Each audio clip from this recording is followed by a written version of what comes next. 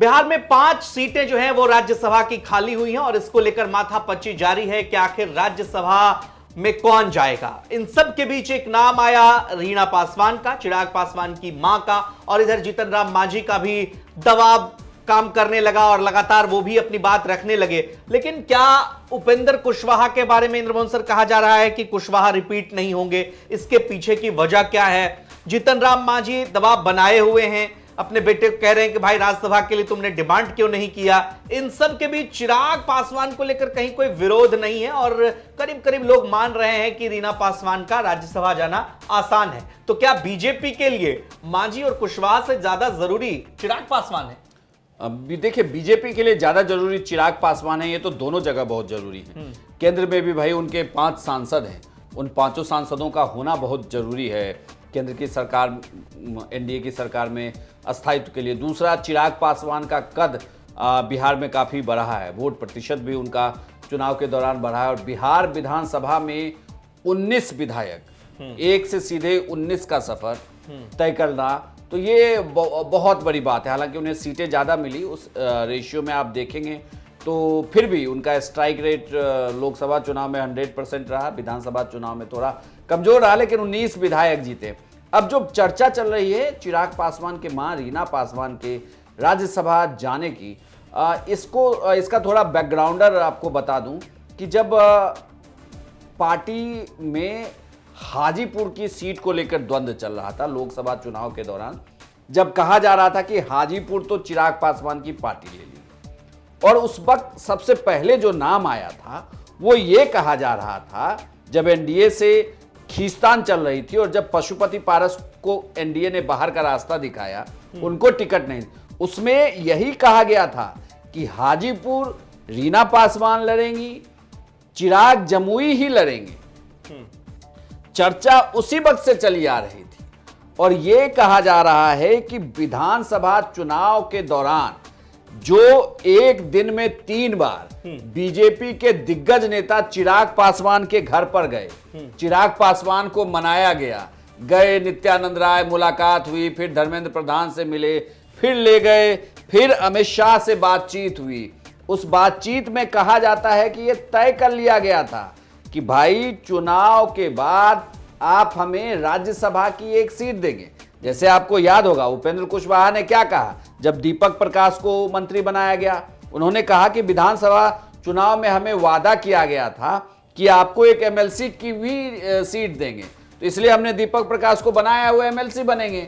लेकिन ऐसे ही ये चिराग पासवान को किया गया वादा है जिसमें अब ये तय है कि राज्यसभा की एक सीट जाएगी, और वो 6+1 का फॉर्मूला मुझे याद है कि 2014 में भी जब रामविलास पासवान जिंदा थे, जब वो राज्यसभा भेजे गए, तब भी 6+1 का फॉर्मूला की 5+1 है। हाँ, अभी भी 5 सांसद उनके हैं और 19 विधायक भी हैं, तो एक राज्यसभा का सीट, मतलब आपको लग रहा है कि वो रीना पासवान के हिस्से में जाएगी और लोक जनशक्ति पार्टी रामविलास जो है वो 3 एमएलसी भी आएंगे। आप देखते रहिए बिहार में चिराग पासवान का कद सिर्फ अपने सांसदों की वजह से नहीं बढ़ रहा, विधायकों की, और चिराग पासवान की स्वीकार्यता सभी जातियों में है।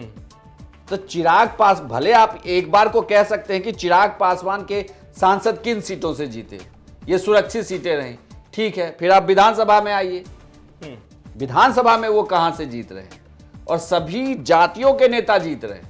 बिल्कुल, सिर्फ एक जाति विशेष से वो नहीं जीत रहे हैं कि सुरक्षित सीटें आपने हथिया ली तो चलो आप वहां चुनाव जीत गए, नहीं, आपने सभी जातियों को टिकट देके उतारा चुनावी मैदान में और उनको चुनाव जिता रहे हैं।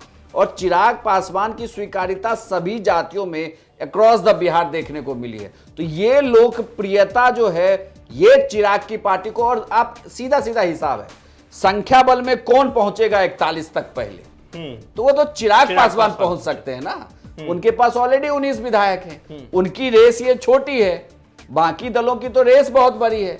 आपको 41 के लिए 2 बातें कह रहे हैं, आप कह रहे हैं कि पेन बिहार अगर पहचान की बात करें तो भी एक बड़ा एसेट है एनडीए के लिए चिराग पासवान बनिस्बत उपेंद्र कुशवाहा और जीतन राम मांझी, लिहाजा पार्टी जो है, मतलब भारतीय जनता पार्टी जो है चिराग पासवान को ज्यादा तरजीह देगी। देखिए, मैं ये भी कह रहा हूं कि उपेंद्र कुशवाहा की जगह अब दीपक प्रकाश को एनडीए ज्यादा तरजीह देगी, क्योंकि उपेंद्र कुशवाहा ने खुद अपनी पीढ़ी को आगे बढ़ाया है, तो अब क्या उनको भी दे?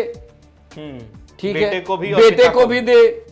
ये कैसे अब एक साथ राजनीति संभव? आपने एमएलसी भी बना लिया, सीटें तो 6 आपको भी दी गई थी, 6 आप भी जीत। अगर अभी वो 6 जीते होते तो मांझी से उनकी मांग थोड़ी बड़ी हो जाती ना, वेटेज होता, लेकिन ये हुआ नहीं। आप उनसे अभी भी एक पीछे हैं, आपको एक एमएलसी भी दे दिया गया, लेकिन अब आप कह रहे हैं कि नहीं हमारा तो, हम तो जाएंगे ही। कैसे आप चले जाएंगे साहब? एक बार तो मतलब आपको कुशवाहा भेजा ही का- गया। कुशवाहा का लोकसभा प्रस्ताव चुनाव, किया। लोकसभा चुनाव का आपको मिला ही ना मौका, आप चुनाव हारे, बिल्कुल। उसके बाद आपको उन्होंने राज्यसभा भेजा, इसलिए कि विधानसभा चुनाव में आप साथ रहेंगे, आप रहे भी। अब टर्म खत्म हुआ है, अब उसके बाद क्या? तो हर बार आपको ही बीजेपी भेज देगी, तो बीजेपी के नेता क्या करेंगे जिन्होंने रात दिन मेहनत करके पार्टी को 89 पे पहुंचाया है?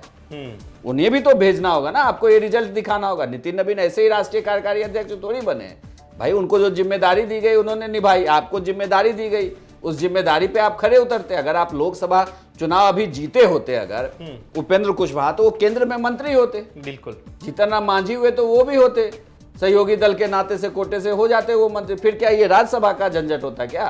ये तो होता ही नहीं। फिर चूंकि अब आप कहीं हैं नहीं, आपने धीरे से अपने बेटे को भी बढ़ा लिया, तो अब बेटा, और यही परिवारवाद का तो आरोप लगा जब उन पे उनको मंत्री बनाया गया। तो ऐसे में अब अब कैसे उससे वो पीछा छुड़ाएंगे? तो यही तरीका है, और रेस बहुत लंबी है ना। अगर आप 3 देखेंगे, चिराग पासवान वर्सेज जीतन राम मांझी वर्सेज उपेंद्र कुशवाहा, तो उपेंद्र कुशवाहा आपको इस रेस में सबसे पीछे दिखेंगे। अब आप कहेंगे कि नहीं भाई, कुशवाहा जाति की राजनीति है और इसको साधना बीजेपी के लिए बहुत जरूरी है। बिहार में बहुत कुशवाहा समाज के बड़े नेता हैं उपेंद्र कुशवाहा। हाँ, लेकिन बड़ी बात यह है कि बीजेपी ने तो कुशवाहा समाज के नेता को उप मुख्यमंत्री बना रखा है। अपनी पार्टी के नेता अपनी को पार्टी के नेता को उप मुख्यमंत्री बना। अब किसी और बोरो प्लेयर को क्यों खिलाएं भाई? इसलिए मुझे लगता है कि उसमें दिक्कत होगी उन्हें। चलिए, तो आपको क्या लगता है कि क्यों आखिर चिराग पासवान को ज्यादा वेटेज मिल रहा है? क्या चिराग पासवान ने एनडीए में अपनी ताकत दिखाई? और प्रदर्शन ये कहता है कि चिराग पासवान का जो दावा है, उनकी पार्टी का जो राज्यसभा का दावा है, वो अन्य पार्टियों की तुलना में, चाहे उपेंद्र कुशवाहा की बात कर लें या फिर जीतन राम मांझी की बात कर लें, ऐसे में चिराग पासवान का दावा ज्यादा बड़ा नजर आता है। आपको क्या लगता है? कमेंट सेक्शन में अपनी राय दीजिए। बिहार की तमाम खबरों के लिए आप देखते रहिए बिहार तक। नमस्कार।